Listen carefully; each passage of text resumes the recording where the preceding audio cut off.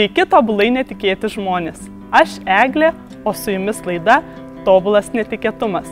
Šiandien mano draugai Ramūnas, Mintautė ir Žydrė pakvietė mane pasimokyti italų kalbos.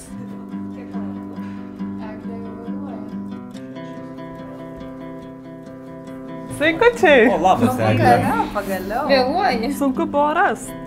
Šiandien mokysimės italų kalbos ir atėjom į nuostabų italų kultūros institutą, eisim į biblioteką. O kaip tik aš važiuosiu į Siciliją.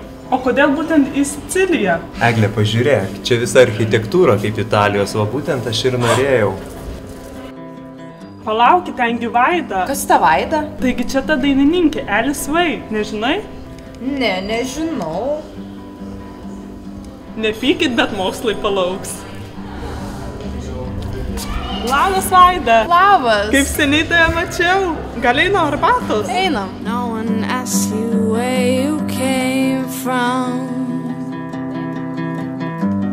No one asks you where you're going. Vaida, visų pirma, norėjau tavęs paklausti, kodėl Kauną iškeitei į Vilnių, kodėl išvažiavai? Priežastys labai paprastos buvo, kadangi įstojau mokytis į filosofiją, į Vilniaus universitetą, tai teko dėl to pakeisti pagrindinę gyvenamąją vietą. Tai pasakyk man dabar, kuo siejasi muzika su filosofija? Viskuo. Tiesą sakant, viskuo. Mano būsimas magistrinis, jeigu pavyks rašyti, tai bus iš muzikos būtent srities.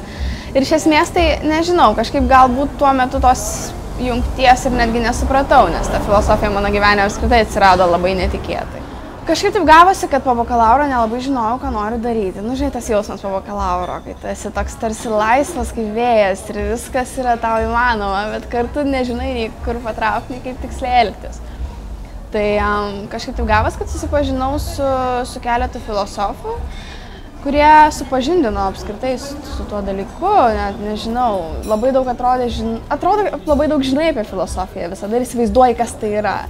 Kol nepradedi labiau gilintis ir supranti, kad iš tikrųjų tu nežinai, kas tai yra ir nežinai, kaip tai atrodo.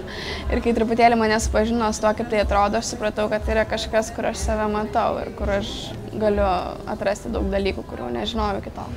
Bet visgi žinau, kad muzika yra tavo didžioji aistra, ar tai yra tiesa? Be abejo, muzika yra mano prioritetas 100%. Koks tavo pirmasis prisiminimas iš vaikystės susijęs su muzika?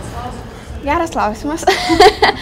Mano pirmas prisiminimas iš vaikystės susijęs su muzika yra tas, kad mane, kai buvau kokių galbūt 6 metų, mama nuvedė į Naujalio muzikos gimnazijos paruošiamąją klasę. Be jokių intencijų, kad aš ten mokysiuos, tiesiog norėjau supažindinti mane su muzika, kaip visą tai atrodo.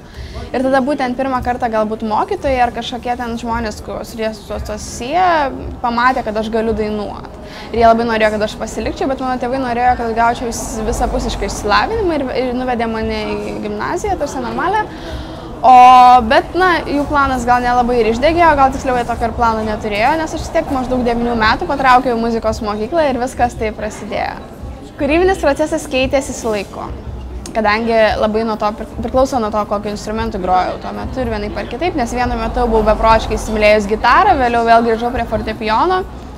Ir pats procesas iš tikrųjų yra, visa magija slypi gerokai giliau, negu kad galima papasakoti iš tikrųjų tokiom proceso sąvokom, nes iš esmės tai ateina įkvėpimas arba tu jį gauni jau bekurdamas ir tiesiog gimsta ir žodžiai, ir muzika, ir tarsi iš akordų išplaukia viskas, arba atvirkščiai iš teksto išplaukia muzikinė visa struktūra.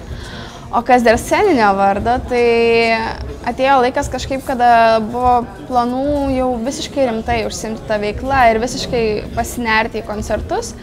Ir taip gavosi, kad įvyko toksai įvykis, nes aš dalyvavau Sarah's Bareilles dainų konkurse. Ir tenais reikėjo man įkelti video YouTube ir tada nuo to video tenais vyksta balsavimai ir taip toliau ir tu dalyvauji. Ir aš galvojau, kad tai buvo labai geras toks dalykas iš tikrųjų pradėti tą naują etapą. Tai viskas prasidėjo nuo to konkurso. Ir tada dar filmavausi Balcony TV ir man Balcony TV sako, kaip tave pavadinti. Ir tada jau buvo viskas prispausta, kad viskas jau reikia sceninio vardo. O Alice Way gimė iš to, kad aš visą laiką vaikystėje labai norėjau būti Alisa. Man čia buvo mano svajonių vardas ir vieną dieną mano mama man prisipažino, kad jinai tokį vardą netgi norėjo man duoti, bet kadangi jis buvo netradicinis ir visą ką kažkaip išėjo iš galvos ir pasimiršo. Ir tada Alice atrodė jau toksai kaip savaime pasirinkimas, o tas antrasis žodis wait yra dėl to, kad aš nusprendžiau labai, kad noriu eiti grinai keliu, kuris man yra artimas, kuris yra kartais visiškai nepaaiškinamas ir gal keistokas, bet kuris, aš žinau, kodėl aš tai darau. Ir dėl to tas mano kelias yra man šitaip svarbus, kad jisai būtų būtent mano, ir tai buvo Alice Way. Kuri tavo sukurta daina tau pačiai yra pati artimiausia ir kodėl?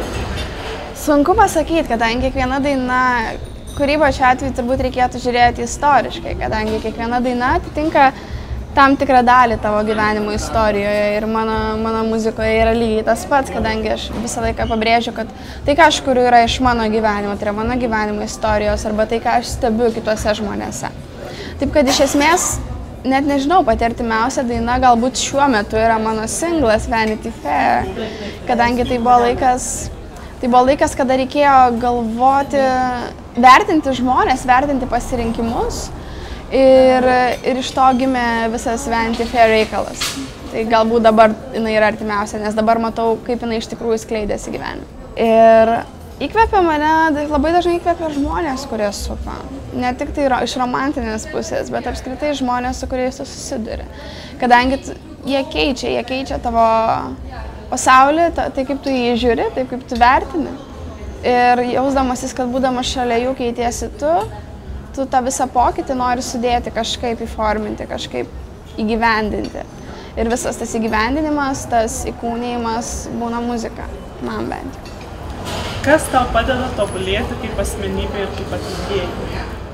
Filosofija. Jeigu jau kalbam apie tai kaip asmenybė ir kaip žmogui. Filosofija, literatūra, tai ką tu pats investuoji į save, tai kaip tu pats save statai. O kaip atlikėjai, tai be abejo esu be galo dėkinga muzikos mokslam, kurie mane lydėjo nuo tada, kada aš pradėjau, nežinau, arba su Naujeliu pirmąjį kontaktą turėjau, arba nuo muzikos mokyklos. Kadangi, kad ir kiek galima atrasti tuose muzikos moksluose kažkokių dalykų, kurie sunkiai pritaikomi arba labai abstraktus. Tačiau iš tikrųjų visą laiką galima atrasti tam tikrus pėdsakus tų mokslų savo tolimesniam kūrybiniam kelyje. Taip, kad taip, tai būtų turbūt kaip atlikėjai tai padarė būtent muzikos akademija, muzikos mokykla, konservatorija ir visa kita, kur teko mokytis ir teko būti. Kas tau gyvenime yra davęs patį geriausią patarimą ir koks jisai buvo? Šiuo pastaruoju metu galbūt negalėčiau išskirti vieno geriausio patarimo, bet pastaruoju metu labai dažnai prisimenu patarimą iš savo creative writing dėstytojo Jack Greenspan, kuris man... Aš vienu metu, kai labai buvau pasinešusi rašyti grožinę literatūrą, apsakymus, noveles ir taip toliau. Ir aš labai visą laiką nervuodavausi, kaip čia žmonės reaguos, kaip priims ir taip toliau. Ir tuo metu jo patarimas buvo labai galbūt laiku ir vietoj, galbūt dėl to jisai man šiuo metu atrodo kaip vienas iš geriausių. Tai kad kai tu esi kūrėjas, tu turi labiausiai sukoncentruoti savo dėmesį į tai, ką tu darai ir stengtis padaryti geriausia, ką tu gali padaryti. Tačiau kai tu paleidi tą savo kūrinį, kai jis nebepriklauso tau, kai atiduodi į publikai, tu visiškai nebegali mąstyti, ką norėtum pakeisti, kaip galėtum padaryti įtaką jo plitimui ir taip toliau. Išmokti paleisti kūrinį. Kaip kūrėjui, kaip atlikėjui, šitas dalykas yra labai svarbus. Kaip įsivaizduotum savo ateitį po 10 metų? Ar turi kažkokią tai viziją? Neturiu vizijų. Aš visą laiką atsakau šitą klausimą, kad nekuriu 5-mečio plano ir tiesą sakant, aš net nelabai gerai žinau, ką darysiu rytoj. Tai manau, jau šitas pasako šitą, kad aš iš tikrųjų nekuriu tokių tolimų planų. Kadangi dar prieš metus, jeigu manęs kas nors būtų paklausęs, ką aš veiksiu kitąmet, aš niekada nebūčiau atsakęs, kad gyvensiu Vilniuje, studijuosiu filosofiją, kad kursiu muziką su Leonu, man tai būtų atrodę kažkas visiškai iš kitos planetos scenarijus. Todėl, žinai, nenoriu per daug planuoti į priekį, nes tas atvirumas visiems gyvenimo įvykiam, jisai yra dalykas, kurį aš labai nesenai išmokau ir kuriuo labai džiaugiuosi. Bet ar tu esi patenkintas šiuo gyvenimo momentu, kad būtent taip pakrypo tavo likimas, tarkim, ar galvoji, kad, tarkim, priėmus kažkokius kitokius sprendimus, tau, tarkim, šiai dienai būtų lengviau, smagiau, ramiau, ta prasme, jaustumės tiesiog pati savyje geriau?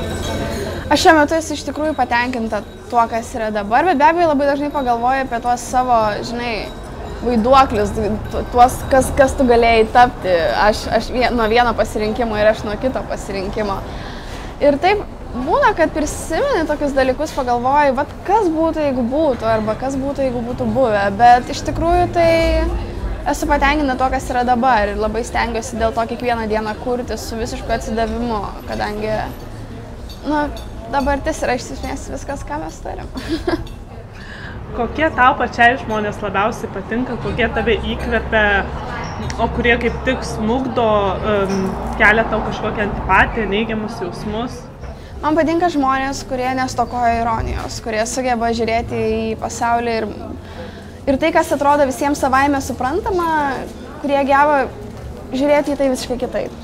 Ir priimti pasaulį ne kaip kažkokį natūralų dalyką, tarsi visas taisyklės, kuriuose mes gyvenam, ne kaip kažkokį natūralų dalyką, bet kaip vieną iš būdų, kuris gali visada visiškai pasikeisti. Kurie vertina pasaulį ne tai, koks jis turėtų būti, bet tai, koks jis galėtų būti. Man čia yra geriausias žmonių bruožas. O labai nemėgstu žmonių, kurie elgiasi priešingai, kurie tiki, kad yra tam tikros taisyklės, pagal kurias turi gyventi ir tam tikras sąrašas dalykų, kurias turi nuveikti ir pliusiukai, kuriuos turi sudėlioti. Kitai būsi nepasisekęs, nesėkmingas žmogus. Šito negaliu pakęsti. Kaip manai, kokiamis savybėmis turėtų pasižymėti geras atlikėjas? Nesvarbu, tai būtų aktorius, dainininkas, šokėjas, bet ką turi turėti tas žmogus, kad pritrauktų publikos dėmesį? Drąsa, atkaklumu, kantrybė. Kadangi, na, tas kelias yra labai toks, žinai, amerikiečių kalneliai. Ir dėl to reikia visą laiką žinoti, dėl ko tu tai darai. Taip kad jo, drąsa, užsispyrimas ir labai didžiulė meilė tam, ką darai. Ir žinojimas, kodėl tu tai darai ir nuolatinis savęs klausimas, ką aš galiu duoti savo kūrybą tiems, kuriems ją kuriu. Ar kažkada esi susimąsčiusi, ką veiktum gyvenime, ką darytum, jeigu, tarkim, dabar nedainuotum, nestudijuotum filosofijos, kur dar matai save? Esu susimąsčiusi iš tikrųjų. Kažkada, na, norėjau sakyti paauglystės metais, bet kai tau 18-19 turbūt jau nebe paauglystė. Bet buvogi pas mane labai didelis aktorystės laikas, kai teko vaidinti televizijoje, kine ir tas kelias nusitraukė, sakyčiau, galbūt galėčiau rasti tai, kad pasirinkau muziką kaip prioritetą, galbūt ne, galbūt tiesiog viskas taip susidėliojo, bet yra kažkoks galimas pasaulis ir galima visata, kurioje aš tiesiog aktorystės kelią. O jeigu va taip dabar reikėtų staigiai pakeisti kardinaliai kryptį, tai manau, kad stengčiausi turbūt užsiimti rašymu, tarsi rašymu ant popieriaus. Tokiu. Kokia yra tavo gyvenimo filosofija, tavo gyvenimo moto? Ką tu galėtum, pavyzdžiui, palinkėti kitiems žmonėms? Aš neturiu moto ir nesenai aš mąsčiau, kodėl aš neturiu moto. Aš neturiu moto todėl, kad kai tu jį turi, labai dažnai imi sekti juo. Nebe pats save vedi, bet imi sekti kažkokiu savo dogmą. Aš labai nemėgstu dogmatizmą. Tokiu atveju aš kaip ir moto neturiu, bet jeigu ką nors galėčiau palinkėti kitiem ir ko pati stengiuosi gyventi, tai iš tikrųjų mokėti būti dabarties akimirkoje. Aš šito dar tik mokausi, man labai sunkiai sekasi, aš visą laiką mąstau apie tai, kas buvo, kas galėjo būti arba kas bus. Bet man atrodo, gyvenimas dabarties akimirkoje ir mokėjimas išgyventi iki maksimumo su beprotiška aistra kiekvieną dieną, kad ir netgi tada, kai jinai yra visiškai jokia. Man atrodo, tai yra labai svarbu, to galėčiau palinkėti ir kitiem ir savo.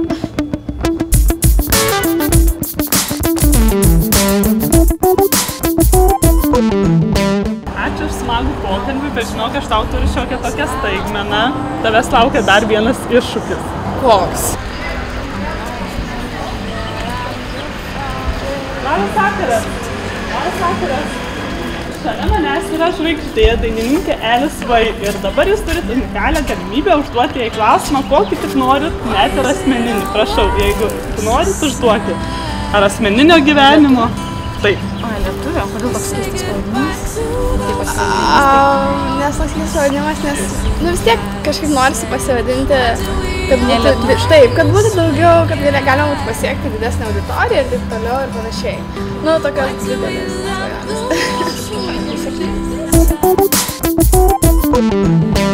O mes tą. Na, ką jūs? Na ir kaip tau sekėsi? O, žinok, labai gerai sužinojau daug naujų dalykų, kad jinai dainuoja angliškai, kuria dainas lietuviams, o rudenį pasirodė